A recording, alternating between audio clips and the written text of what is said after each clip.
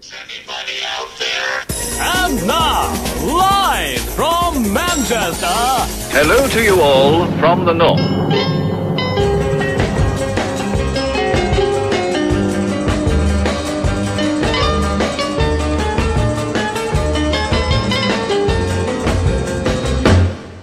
It's from Green Day's current single, Long View. It's like the beginning of another record or something. I can't remember what it is at all. Anyway, from Berkeley, California. That's one of those bands. That's the only thing I ever say about them, that they're from Berkeley, California. But and that means so much to the audience here, doesn't it? It does. They all go, oh, Berkeley, of course. Yeah, fantastic. Thanks for telling us, Mark, for the 10th time. Anyway, it's Greg Proops. Welcome back. Hi, welcome. Thank you for having me back. Oh, yes. I live near Berkeley, and I can tell you that it's a freak show. Baby on the dance floor. Yeah, it's a college town, but it's like, there's a lot of 60s holdover. People are walking down the street going, you know, I lived here when it was underwater, you know, and... Well, these are kind of a punk trio, so maybe this is a kind of a backlash to all that scene or something, is it? I don't know. Yeah, there was always a punk scene in Berkeley, too. In Rodeo, a Berkeley, California suburb. Then I could say that, you see, instead of just saying them from Berkeley, California. Rodeo. Sorry, I've waited so long to correct a British person on a place name. This is a big moment for me. It's like when you tell your dad you're not stopping to go to the bathroom. Rodeo. Well, I have to get you to do Rodeo. Rodeo. Right, you could, did you fall into that when you came over, like Leicestershire and all that sort of stuff? Yes, first time I got in a cab, I said Leicester Square, and the guy went, and then he went, oh, I have a dive out in the cab. Yeah, right. And it went downhill. Right, from there. So what have you been up to then? Have you been back to Rodeo? Yes, I have been back to Rodeo. I went back to the States and for 3 weeks and worked there and stuff, and then come back here. We did Whose Line. Those are going to show in July. That was a new series, isn't it? Oh, yes, and it's zestier than ever, I understand. Right. This year with extra zest was the promise we made. There's new lighting on the set, which I think is really going to... It's the same set. Yeah. But there's new lighting, and I think that's really going to excite a lot of people about the show. Well, I think, you know, onyx table lamps strategically placed can make all the difference, can't they? No question. And I love those Art Deco women that are arched backwards. They really set the thing off. Nice. With the sort of flowing dress that goes like that, doesn't it? You know, it's like, it's like that. I was right the first time. And if you could have only been here, listeners, you were right the first time. First time. And there's candy dishes. It's a little different, that's all. It's just, I don't know. It's Clive Anderson still do it? Clive has turned into, I don't know what he is now. He's a curmudgeon. He's a parody of himself. I used to really like him, and now he just seems to have degenerated. He's kind of a foul parody. I don't know. Right.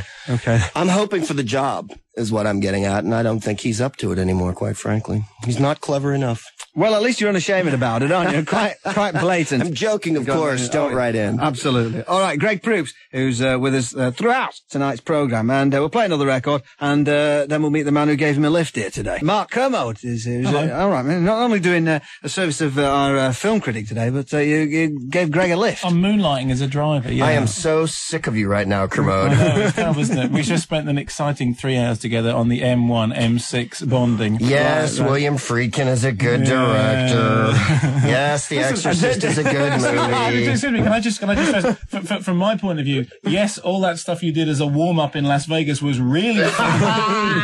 I told him some forbidden jokes that I only tell for 100-year-old people in Vegas. Nice to be here in Vegas. Spanish word for buffet. Yeah. Buffet. Buffet? That's the American word for lots of food on a thing. And I tell you, did you sit in the back, Greg? And Mark turned round to you and said, "Oh, I had that Clive Anderson in the back of the car once." Yeah, he did. Off Dave Allen in the cab. He's a funny bloke. We spent the whole journey saying, you know, isn't it terrible? You know, journalists interview you, and then they go off and they say, you know, how lousy you are. And all the time I was thinking about it. I was thinking, you know, tomorrow you're going to be saying, I spent an hour in the car with that Mark Kermode. Boy, what a bore. Tomorrow on stage in New York, you mean? You guys know that Mark Kermode guy? Yeah, we do. Oh, Jesus.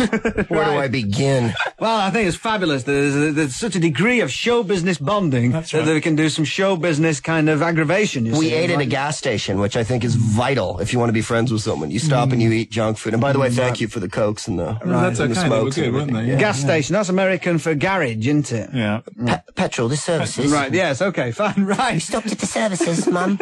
Anyway, Mark, what about new films out this week, new releases? Anything good? Yeah, there's some interesting stuff. It's the Martha Coolidge week. There are 2 Martha Coolidge movies coming act. One of them is Lost in Yonkers, which is this adaptation of a Neil Wow.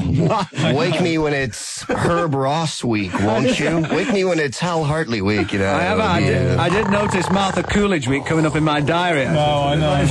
There's a national celebration of Martha Coolidge week. Lost in Yonkers is this Neil Simon thing. Shut up a minute. This Neil Simon thing, which isn't great. But also Angie, which is this film starring Gina Davis as a New Yorker who is having a baby and is having a relationship with somebody else. And it was basically a test case to see whether, a woman can open a movie on her own, whether you need an actor or an actress. And the answer is, well, yes, but that's not bad. Also, I'm thrilled to tell you that out this week is The Chase by Charlie Sheen. I know I've said this before about some things, but I think The Chase is, at the moment, in my canon of the worst film of all time. It is the worst film of all time. The plot is basically Charlie Sheen steals a car with Christy Swanson in it and drives at 90 miles an hour towards the Mexican border, having sex with her en route. That's the whole film. It's directed by a guy called Adam Rifkin, and here is Adam Rifkin's skeleton in the closet. Adam Rifkin is, in fact, a guy who, under the pseudonym Riff Coogan, made such video atrocities as The Invisible Maniac, tagline, he's out of sight and out of his mind. Good one, yeah. And Psycho Cop Return. So this is the guy who brought you those. Charlie Sheen is absolutely terrible. The film sucks. And it's a real stinker. When you say they commingled en route, does that mean while the vehicle was in motion? Yes, I'm just a technical. Yes, while they're driving at 90 Brings miles me an hour. back to that World Cup question. Athletes should be allowed to have sex, but only during the match. Right. Yes, excellent. Right. Okay, then. We'll have this Listen Without Prejudice thing, part of Radio 1's racism campaign, and, campaign against. Not encouraging, just in case that came out I have the wrong some way. pamphlets I'd like you to read. Yeah, okay then. And then we'll have the first live song by the Reverend Horton Heat. Well, I mean, as if that isn't enough excitement, your next television thing that you're doing, now this is really going to shake people, isn't it? Well, I think a lot of people might be disappointed. A lot might be delighted and surprised. Because what are you doing a program about next? Do you have this in front of you? Is this how you know this? No. Or did I tell you this? Yeah.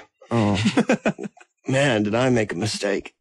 Well, I think the secret's going to be out when you go on the telly doing it. Pretty much, yeah. When my picture's in Radio Times as Git of the Year, then I think the secret will be out. No, it'll be fun. You've arm wrestled on that morning or this morning. And it was the day after I did this show, too. I know. I got up especially to watch it, And I thought you were extraordinarily pleasant, actually, because I know what time you went to bed. Well, I mean, not exactly. I mean, I did leave you before. You kissed me goodnight and tiptoed out and left the 50 quid, and that's how it works. I think we all know how it works. Lard wasn't there. You had about 3 hours sleep, went down, turned up really chipper. And Well, I slept in the car on the way over on my head, which is often good, and then you have that excellent flanging hairdo. Ann and Nick were surprisingly lifelike, man. They were, because we practiced, I remember, on the show the night before. We brought a sofa in here, didn't we? And we sat down and we asked the questions. Greg, so you're a comedian. What's that like? And they were surprisingly human. What do you think of salad? Yes, right. I remember what do you think of salad? Was one of the questions there. Anyway, apart from that... Oh, yes, the houseplants. So we've been shooting it all week. Yeah. It's a documentary about houseplants. So the word documentary, I think, scares people off because they think it'll be... No, the word houseplant scares people off, I think. Well, I think combining the word documentary and the houseplants. Why don't we just say it's about paint drying? And it's a very long film indeed. No, they're 10-minute shows. They're very cute. The script's very funny. A guy named David Stafford wrote them, and... you don't know him. He lives in my neighborhood. And David Stafford, is he something to do with Keith Floyd? Sure. I don't know. He might be very clever for all I know. The script was really cute, though, I thought. Cute's a patronizing word, isn't it? It was really cute. What a darling script. Look at that paper. Nice bond. What is it, pink? So it'll be on next year. Don't even worry about it. Don't set your VCR yet. I'll be back on so many times before that. But what is it then? You sit there and watch them grow, or you polish the leaves? Oh, there's excellent time-lapse photography, and I'm sure they go inside. I didn't get to see any of this, because I'm only the human presenter. I don't go inside the plant like the Atomic Man or something, which is a fictional character. I've made that up. Yes, right. Donald Pleasance is there. Raquel Welch is there. Stephen Boyd. We fight leukocytes. I don't even know what that means. Sounds funny. There's that, and then there's me like telling you about where the plants in your house come from, basically. Something I never knew, and my mother was a big gardener, You see, I mean, I don't have any plants in my house. I mean, we're getting into Hello Magazine territory here, aren't we? But I don't have any. See, I've got this theory that, there's plants outside, like carpets and furniture inside, it's like... Yeah, well, that's how I feel. I know. So, outside is where you go when the TV is broken. Yeah. You know, it's where you stop and then you get back in the car and you keep on going. I mean, it's a strange progress, isn't it, what people do now? You know, but it used to be have outside toilets, you know, which in some ways is a pretty sensible move, isn't it? You would have to admit. But now we have all the toilets inside. But in the summer, then everybody has a barbecue outside. So they go to the toilet inside and then go outside to cook, you know, which is bizarre. It should be the other way around, surely. You're right. What have we come to in this day and age? I don't know. Bizarre. You can use your houseplants. That's one of the advantages of keeping them in your house. Right. Hey, that's true as well. Festival News! With Mark Kermode. Fantastic. Now the camera turns to the world of festivals.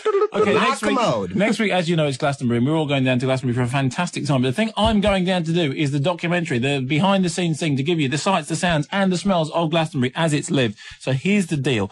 We are looking for a group of people who are going to Glastonbury to camp, you know, to camp in Glastonbury. You already have to have your ticket. People in the office putting their hands up. You already have to have your tickets. We can't get you entry. There is absolutely no money involved. We are not going to pay anything for that, but we would like to follow a group There's of a people. surprise, eh? I know, yeah, 1FM. Wow. A group of people who are going to camp in Glastonbury, and we would like to have access to your tent to find out exactly what's happening, you know, to see what kind of fantastic food you're eating, what bands you're digging, how things are working, and whether any of you fell in the urine ditch. Okay, so if you feel that you qualify for this... The urine ditch? Yeah, I was going to say something else, but I figured suddenly it was national radio, so I didn't. So... Is it? Good God, you're joking. I know, it's awful, isn't it? So if you feel that you would like to be involved in this, ring the following number, or one of the following numbers. There's a kind of living soap thing, is it? Yeah, it's a living mud. Yeah, the fly on the wall. Well, there won't be a wall. There's a fly on the ridgepole. Documentary footage from the Glastonbury Festival. So, are you going, Greg? Oh, yeah. I got a macrame combi van and I'm heading up there now. I got a dog named Sam and he eats purple flowers. I ain't got much, but when I've got towers. Did we tell people to not phone those numbers now? Oh, yeah, don't phone those numbers now. When are you supposed to phone them? What with it being the middle of the night and everything, phone them during office hours. You know, office hours between 9 and 5. That's the deal, basically. And if you ring at lunchtime, probably there'll be nobody there because they'll be at lunch. Right, yeah, right, okay. Just, you know. Is it going to be you barging into the tent, dude? Yeah, I'm going to be there, you know, I'm going to say, you know, hi, 1FM, how's things going when you're in the middle of cooking your spam fritters?